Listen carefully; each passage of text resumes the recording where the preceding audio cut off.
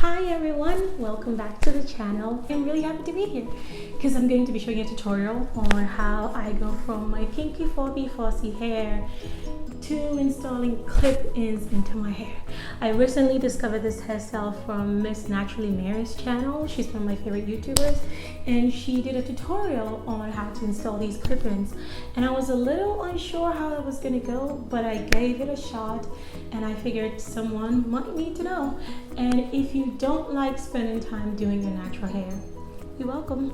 I'm about to show you another option that helps because it literally takes about 15 minutes to install, but the only trick is to do your leave out a day before so that it can dry and you can have ample time to blend it in with your original hair if it doesn't match that. The hair that I'll be using today is this coily water clip-ins. I hope it's in focus, and the texture is like 3C 4A, and my hair is originally 4B 4C, so I would need a little bit of extra time to try to convert, not exactly convert, but to sort of blend it in with the hair. But I'm going to show you. The first one will be braiding a part of this hair in cornrows, and got these cornrows done. I don't know if you can see the back, but it's just straight down, nothing too fancy. And then you just make sure that the part that's going to go over the hair, I want to do a center part. So I just put that here, and then I'm going to leave this much hair that I've braided out on top of my hair. I'm not going to be talking for the rest of the install because that's pretty simple, but just before I do that, so the clip-ins have a really easy method to install it. So it comes in this form, and I hope this is clear. It's like a comb that's attached to the weft of the hair. You just open it up like so, you've inserted into the hair, clip it, and that's it.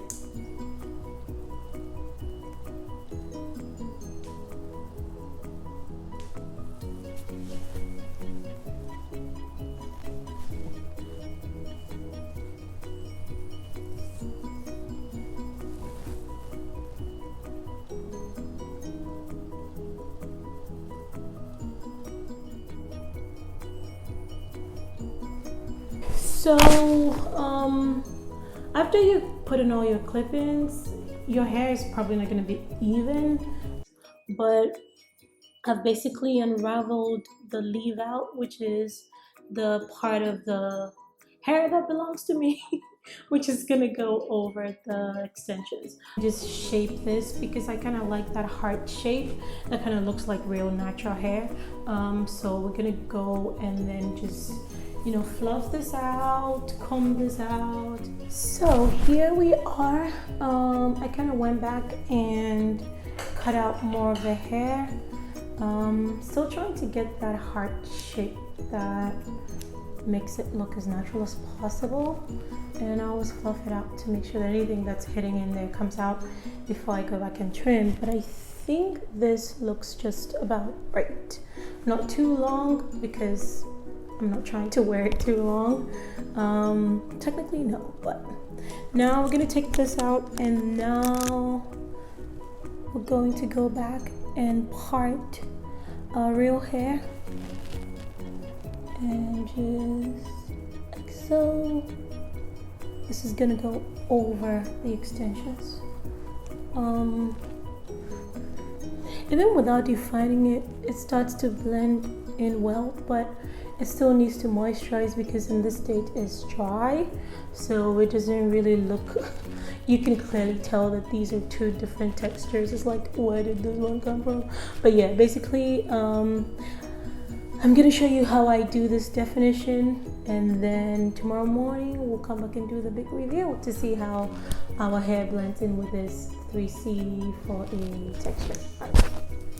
To prepare the leave out, I'm gonna use some water in a spray bottle, but first I will part the leave out away with some clips, and I'm gonna separate out the hair, and I'm just gonna clip out the parts that I'm not going to deal with. So I grab a spray bottle, and then I'm gonna use this Kinky Curly Curling Custard.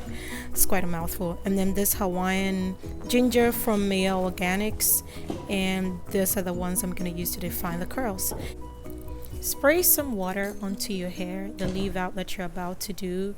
Remember, you don't need to wet the hair too much, but it's a good base. Add a generous amount of the gel. Go in as many times as you would like. If you add in more than you want, it would take a longer time to dry, so just be mindful of that.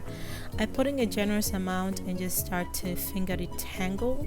I do this as many times as possible. At this point, you can use a Denman brush. I do not like to use those brushes because I find that it tears my hair, so I prefer, something in my eye. I prefer to just use my fingers to finger detangle. I go in as many times as possible. It's really simple, just rubbing your fingers through the hair, making sure that you can achieve a good curl pattern even before you start your 2-strand twist. You can do a 3-strand twist, but I prefer a 2-strand twist because it takes less time and I can just get it done in a couple of minutes. So yeah, I can look at it and I think I may have to add a bit more gel at this point, so I would do that and just try to get the hair, just gel and water, giving you a good curl or activating the curls before you start your twist out. I probably used a little bit more gel than I should have, which is fine. Now I'm going to start the 2-strand twist on that section of the hair. So I think I'm adding a bit too much gel, but it's okay. I will probably just have to leave it overnight versus a 4-hour window.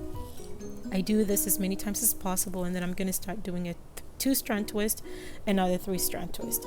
So I do that, just twist it all the way to the end, and towards the end I just curl the hair around my index finger and just make sure that it's looking as curly as possible. I'm gonna put rollers towards the end, and it's a tiny roller, it's not a big one, because I find that this size of roller gives me curl pattern that's similar to the extensions that I have on.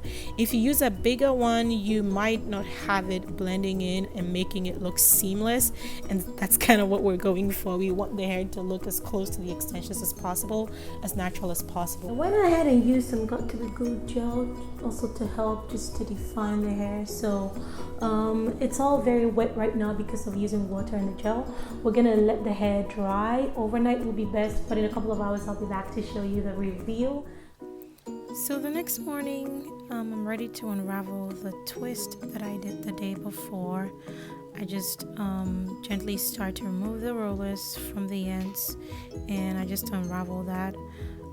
From the products that we used, you can notice when I undo the twist that my hair matches very closely with the extensions, which is also why it's so necessary to moisturize the hair and use some good gel.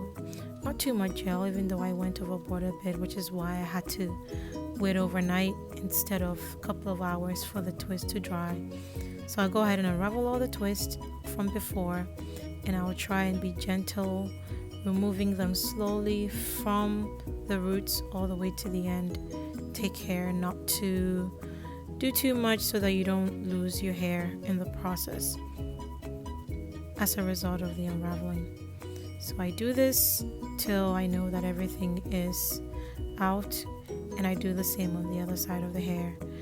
The curl pattern is very close to the natural extensions, which is also why it's good to use the smaller rollers, because it will make it look almost seamless. Make sure that everything is combed out properly, and also show a few ways in which it's cool to accessorize this particular hairstyle. The first way that I style or accessorize this hair is I use these hairbands. These have been in this season and I love them so much. Just fit that on top, work your way around the hair, put as much volume in whichever direction as possible. It's a really cute hairstyle, and I love the fact that it's pink and it's curly and it's cute. Don't mind the goofy situation that's happening right now. The second way that I accessorize this hair is using these pins that I got off of Amazon. They normally come in a set. I will leave the link down in the description box. I secure the hair away with some bobby pins. This is a really cool option if you're going to an event and you just want to have a bit more style and fun with your hair. You can use some bobby pins to secure it, and then now you can go in with these pins, as many as possible. I use as many as possible, and then I start to go in on the other side as well. This is a really cool way to accessorize the hair. I particularly enjoy doing a little bit more, especially if I was going to go to a wedding or any function, a brunch or something that requires a little bit more playfulness. I secure the pins. You can use as many of these as possible. They come in a set, so accessorize away, and that's a really cool thing to do. It's a struggle right now, but we're gonna get through this. And sometimes I add this other option where the pin has these pearls on top of it, so this is particularly fancy for a wedding or for an event, any other event for that matter. So I don't attach it directly to the hair because sometimes it's really hard to get it out, so I just literally fit it on top of the hair, and then I use a bobby pin to secure it. If you like this video, don't forget to like, share, subscribe, comment, and also turn on your notifications so that you will know when I will upload another video. I'll be back with a 1 month update to talk about how the hair has been behaving and faring, especially since it's going to shed and tangle and do so many other things that natural hair normally would do. So I'll be back to share that relevant information. I'll leave all the information down in the description box, where I got the hair from, the products that I used, all that good stuff.